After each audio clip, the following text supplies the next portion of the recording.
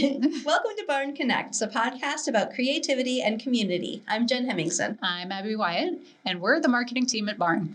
And today we're talking with Dawn Weaver. Dawn is one of our Barn members and woodworking instructors, and she teaches a number of classes coming up, one of which, the most current one, is create an end grain cutting board, and she also teaches create a custom cutting board. Yeah, this was such a great conversation. Mm-hmm. It was so interesting to hear the sort of through lines of puzzles and problem solving and, you know, her memories of her grandpa's wood shop when she was little. I think people are going to really enjoy this conversation. Yeah, it's a great one. And Dawn says, please do come take her classes, and we strongly recommend them, as with all classes. So get in the wood shop or your preferred barn studio and make something cool. For sure. Let's go talk to Dawn. Let's go.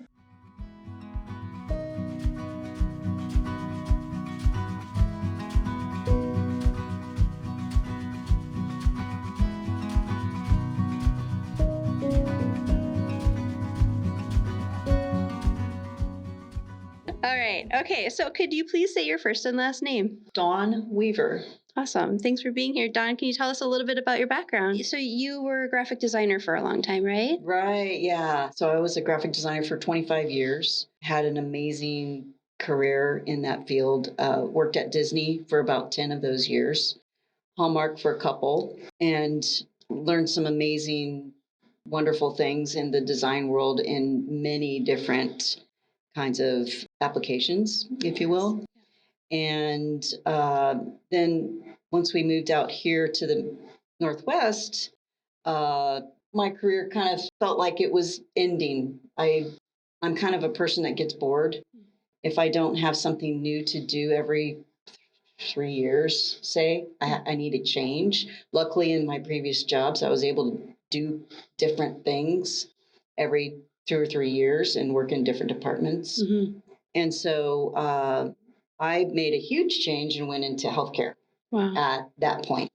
Decided I kind of did a bunch of research trying to figure out what would be the best fit for me, and physical therapy ended up being the best fit for me. Okay. I worked in that field for 10 years. Wow. Making changes along the way, and that's how I made it through those 10 years there. And then after the pandemic, like many people had done, a lot of people made changes in their lives, valued other things more in their life. I decided I wanted to get back into some sort of creative world. And I had been working a lot in Barnes woodworking studio, making a lot of cutting boards, and did a few other wonderful things with the help of the amazing minds that we have in there. Lo and behold, I end up becoming the cutting board specialist, asked to teach classes, and here I am. I'm just loving everything about the trade, the craft. Yeah. Yeah. That's awesome. How did you wind up on Bainbridge and then at Barn? Bainbridge, my sister-in-law was a teacher at Bainbridge High School. Okay. For many, many, many years. So we'd come out here to visit several times, and we just really loved the island. And so at the time we were living in Kansas City. Okay. Hallmark job was in Kansas City headquarters. Just decided we wanted to live where we wanted to live, not for a job. Right. And so decided to move out here. Yeah. Cool. Very cool. Yeah. And then Barn, I'm not sure. So we took a tour, and honestly, I felt really interested in two things: woodworking and the glass studio, because I had done some glass work before. I've built some stained glass windows in my past. Okay. And to this date, I have not stepped foot in the glass studio at all. I have stuck with the woodworking, and that's okay. And how many years has that been? How many years have you been here at Barn? 3, 4, 3. I don't know. Plenty of time. Yeah. Yeah. Plenty of time. Mm-hmm. Very cool. So your cutting boards are just so amazing. What are you working on right now? Are there any techniques or types of boards that you're playing around with? Yeah, absolutely. I've started playing around with a couple of things. One with just wood in general. I'm making a couple of types of smaller boards. I call them bar boards, and they're just kind of fun. They're thicker, they're chunkier, but they're really small, designed to just something you whip out when you want to just cut up a lime for a drink. Oh, Or nice. maybe all you need to do is slice up a clove of garlic or something like that. And you don't have to lug the big cutting board around for that. So that's one thing. And another thing that I'm really interested in is epoxy, working with the combination of epoxy and wood and colors. And so that's serving boards really is what they are, because I don't recommend that people cut on them. They could if they wanted to, but I don't think it would work well, but maybe they can prove me wrong. I don't know. I haven't tested it out. But they're a lot of fun and people really love them, and I have fun making them. And they're, of course, everything you do in woodworking is different every single time because no piece of wood is like another. That's another wonderful thing about woodworking is every single project is different. Even if you're making the same item multiple times, it's going to look different because of the grain of the wood, the colors, the textures, things like that. Yeah. So is that kind of a challenge then? I suppose it's more, I wouldn't call it a challenge. I would call it more of like solving a puzzle. Okay. Where you have your materials and how are you going to put them together to make them look interesting and cohesive. Is that part of the appeal for you, that it's always different? I think that's part of it. I think working with my hands is another. You have to physically touch and feel your piece as you're working on it. That as well. Oh, that's really cool. I never thought about that. The tactile kind of. Absolutely. Yeah. How cool. That's important. So are there any kind of challenges that you're kind of puzzling through right now with your work? Because you've been making cutting boards then for 3 years then, about, or? Yeah, something like that. I can't remember exactly how long.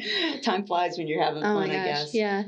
Challenges. I think I'm finding that I do want to do things that are a little bit more creative, a little bit more interesting, maybe something that not everybody has seen before. For instance, the epoxy. And for instance, maybe the small chunky boards, things like that. I would find those to be that's really kind cool. of the current puzzles. Yeah. But it's always a puzzle. Every project has always got something to figure out on. Yeah. That's cool. Yeah. Like, what's your dream project or like your blue sky vision? Like what? I've made some tables. Oh, wow. Well, a couple of tabletops, one full table so far. I would love to make more. Actually, I have one in progress. So I want to learn more about building like the leg systems for those. I currently just have some metal legs that I apply affix the tabletop to, which looks wonderful. Yeah. But I want to broaden that as well and get a little bit more creative in that area. That's really cool. Yeah. Maybe even tap into somebody local who does metal work. So for something custom, that would be kind of cool. I've seen people do table legs in the machine or in the metal shop. Yeah, I haven't been up there, but I'd like to pop in sometime and just see what they do. Yeah, that would be cool. That would be really cool. Welding is easier than you think. Yeah. Yeah. That'd be fun. Yeah. That'd be a lot of fun. It'd be a great blend to, what I do. Yeah. For sure. Yeah. So what's your, what do you like about this? What do you like about wood, about being a maker? Like, what is it that you keep coming back to? I think besides that creative side of me, I'm kind of an introvert. So I get that alone time with really working on something by myself, and it doesn't matter what I do, what I look like, what I'm working on. So it gives me that opportunity to maybe decompress a little bit while I'm working. That is one thing that I'm probably drawn to. Yeah. But what's great about being here is that I do get to interact with some other wonderful people and learn new things from them as well. I mean, that the minds are, so wonderful, and everybody's very collaborative and very generous with their time, with their knowledge. For instance, I wanted to make a jewelry box for my son's birthday a couple years ago, and I had some wood, and I thought, oh, this would be kind of cool. I really don't know how to make this box. And a friend in the wood shop said, you need to hook up with the box guru. And Michael Gunderson just said, hey, I'll help you out. I'll help you design it. You can use my jig on the table saw. Here you go. And it was wonderful. I was just, I built that box. It looked beautiful. It came out really stunning, and my son loved it. And is it perfect? No, but that's okay. It looks great. It's functional. And I'm very proud of it. That's awesome. I mean, the wood, Olive Barn really, but the wood studio specifically, since we're talking about it, is just a hub. Do you find that as a teacher too, that people come in and they're a little bit surprised by how collaborative and cooperative and during one of my classes? You mean? I don't know. They don't really. I haven't heard that comment from students, but I tell them all the time. Do this. Do that. Don't be afraid to come in, ask people for help. Everybody wants to help someone here. It's doesn't matter who they are. You're gonna get some advice if you want it, if you need it. And my class I love in particular just because it's great, especially for new people coming in. Regardless, you could be a new woodworker or you could be seasoned in something else. Like I've had people who are very experienced on the lathe and build beautiful, wonderful things, but had never done glue ups and things like that, like I do, and wanted to learn more about it and the equipment that we use to put it together. People come in and they might be afraid of the equipment. They leave and they feel confident, and they get to walk away with a fun piece that they made. And that's what I really love about the class, is that it's not just about making the cutting board. It's about learning the equipment, getting experienced, getting comfortable enough with it that you're not afraid anymore. I had one woman come in and she said, yeah, my dad told me not to chop off a finger. And we laughed, and she was nervous on the table saw, but at the end of it, no, it was night and day difference. Awesome. So I love that part of it. That's awesome. Yeah. What would you say to somebody who looks at something like some of the things you make and says, I could never, ever, there's no way? It's not true. You could do it. You can do whatever you want to, whatever you set your mind to. Get advice, get guidance, watch a YouTube video. That's how I got involved in this. Seriously? Somehow. Oh, wow. I don't know. I really don't know the moment. Yeah. But here's the story. I was fixing our garage. We had moved into a house that had a completely clean slate garage, nothing in it. With help, I had my brother-in-law come in and we insulated it and got it all done and painted, looking good. And I decided I want the shelving to be exactly how I want it to be. So I'm going to watch some YouTube videos for inspiration and figure out how to build it and how could I do this. And somehow I ended up down a rabbit hole of how to build a cutting board. And that's where it started. I blame YouTube University. Funny. Oh my gosh. Wow. Because it's true. You can learn almost anything, or at least a good base of something on YouTube. Yeah. Get a good idea. Absolutely. Absolutely. Yeah. Oh, that's awesome. I wish I knew what video it was. I have no idea. How long have you been woodworking then? I mean, I literally, as far as building things like this barn is where I started. Wow. I mean, I always have had this builder kind of mentality or desire, like the garage or like other things that I've kind of fixed in my house or built out of necessity. And it sparked from a very, very young age, or I got that spark from a very, very young age at my grandparents' house in Ohio. Okay. My grandfather was a master carpenter and had this amazing garage wood shop. And I would walk in there as a little kid and just be in awe of everything. And the sawdust smell, it just lured me in. And it's always been kind of that, I don't know, some kind of a drive to want to build things. That's awesome. I built little forts as a kid. Found objects, like found pieces of plywood and screws and whatnot, and anyway, yeah, That's where it awesome. started. Yeah. Well, I'm so glad you came in to talk today. Could we take a little bit of your look at some of your work? Absolutely. Awesome. Yeah. Oh wow, look at this.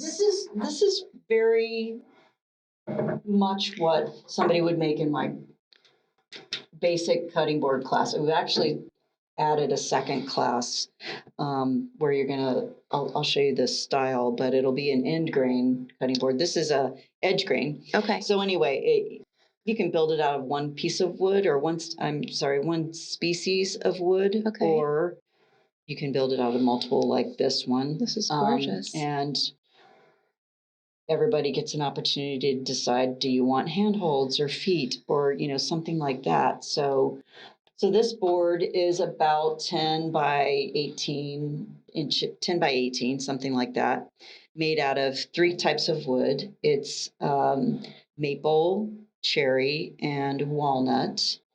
And those are all very readily available types of domestic woods. Okay. And they're easy to work with. Okay. So it's typical to see them a lot in cutting boards. It's called edge grain because this is the side of the wood that was the edge, and the face would be a prettier side. This piece of wood that I'm pointing out right now is olive wood. Wow. And that is, so olive wood is a really hard, dense wood. Okay. And this is the face of it. Okay. So, and that would be the, pretty side of the wood. Okay. Yeah. This is your edge grain. So think of like if I had cut a bunch of strips of this and then flip them upright like that, that's the orientation that you're seeing here. I see. Does that make sense? Yeah. Yeah. And so this you've got like a pretty, is this called a marl? What's that? It's just a knot, just a grain in the wood that was a nice feature of the wood. But the thing about olive wood is, unfortunately, the olive trees in Italy and France are dying. They've gotten like badly diseased in a lot of areas. Oh wow! So they're shipping their wood everywhere. So you'll find olive wood in a lot of places that people are using for things like this. Oh, wow. So it's nice that it's not just going to a landfill, it's going to products. Yeah. So now this one has, it's sort of squared off on 3 sides, but then it has this sort of wavy. Yeah, so this was a live edged piece of wood. Okay. Yeah, so this was the live edge that I cleaned up, and it was just the shape it was. That's beautiful. That's the other thing that I really love about wood. You just look at what you've got, you use it to your best, how's this going to work? So every piece kind of is a combination of your vision and what the wood is telling you. What the wood tells me. Okay. Exactly. Oh, cool. Exactly. That's really cool. Yeah. Yeah. Let's see here. Okay, so let me get this one out of here. Do you want some help? No, that's fine. Okay. So the next piece is, this is end grain. So this isn't the wood that we'll be using in my next, or in my new end grain cutting board class, but it will be could be a style like this. Okay. So if we took this cutting board and then cut that up again and flipped it up on its edge. Okay. That's what end grain is. So it's sort of little blocks. So that's what it looks like. Okay. Yeah. So there'll be solid strips though. Oh, so you do this board. You take this to this level and then you start all over by cutting these strips out. Oh, cool. And then you flip them up and glue them together like this. And this is such a delicate, subtle pattern here. What kind of wood is this? This is walnut. Heartwood is the darker tone, the older part of the wood, and then the lighter tones are it's called sapwood, which is the newer growth in the wood. I love working with walnut. A lot of woodworkers love working with walnut. It's just a beautiful wood. There's a lot of beautiful woods, but this is one of the popular ones. I like it because of these light and darks that you get. And you can get it in some other species as well. But in particular, I particularly like the walnut mix of colors that you can get. It's really pretty. Yeah. Yeah. Yeah. Wow. And again, handholds. Neat. I'll pull this one up. It's kind of like Big Bertha. This is a beast. Oh, so this piece is another end grain. And the reason it's so big is I had a client ask for us. I had somebody ask specifically for a 2-inch thick maple cutting board. It was actually bigger than this one. Wow.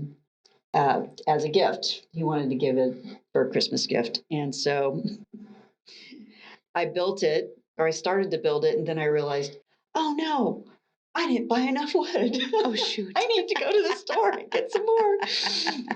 So I overbought, and then I decided, oh, I may as well make a second one. So that's this piece here. It's never going to deteriorate. This thing is going to last a lifetime. I tell people this is, you can hand this down to your grandchildren. This Wow. is something that you're never going to use that thing up. It's lovely. Oh, the other thing I wanted to tell you about end grain, just as I don't know if you know this or not, but it cuts on the knife much better, or your knife feels much better on this kind of a surface Okay. as opposed to the other style. I mean, obviously you can cut on anything you want, but your knives, it's almost like the end grain is like, imagine wood. The analogy, let's use the analogy of a bundle of straws. Okay. Like this. Okay. It's basically how wood grows. The water comes up through the roots, through the grains Okay. into the tree. That is what you're seeing here. So that's the orientation of the grain. And so it's almost like a self-healing kind of a thing. Okay. Yes, you will see knife marks if you chop on this every single day. But that's okay. It's what it's for. Yeah. Is that People are why like, oh my gosh, I don't want to cut on that. No, you cut on it. It's good. You should do it. Because butcher blocks are this way, right? Exactly. Okay. Same way, just like this. Mhm, Okay. mhm, Yeah. exactly. So very durable and Yeah. and really pretty. Like the different the ways that grain, the grains are I pointed. look at it. I definitely designed that. Okay. It's by design, I should say. I orient it in such a way that looks good to me. I can see hopefully now. other Yeah. people as well. I can see now why you say it's like a puzzle. Mm-hmm. It really literally is. Mm-hmm. That's really cool. Yep. Yep. And then lastly, I brought a piece that is super fun, and we talked about it earlier, in using epoxy. Oh, wow. And so this is face grain, what I was talking about earlier. So it's the prettier side of the wood. But like I said, combination woodworking science experiment here with getting multiple colors to blend together without mixing together. Mm-hmm. It's a lot of fun to try. It's a lot of fun to work on. But Look at that. it's super unique. I see a lot of things, like you see a lot of river tables Sure. and things like that Yeah. Really being pretty. made. Yeah. I do see a lot of art, more artistically done things, like people making like beach waves or maybe embedding things into their epoxy. For me, I'm more interested in how can I get the colors to look really cool together. Really pretty. Mhm. Yeah. So what did we forget to talk about? The meaning of life? I don't know.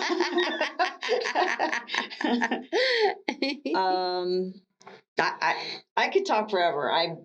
Even though I said I'm an introvert, I like engaging with people, and so I thank you very much for having me. Oh my gosh, thank you for being here. Barn Connects is recorded in the Media Arts Studio at Barn on beautiful Bainbridge Island, Washington. Barn is a nonprofit home to 10 maker studios, classes, creative community, and events. You can find this podcast online at bainbridgebarn.org by subscribing to Barn's YouTube channel or on Spotify, Apple Podcasts, or your favorite podcast platform. Learn more on our website, bainbridgebarn.org.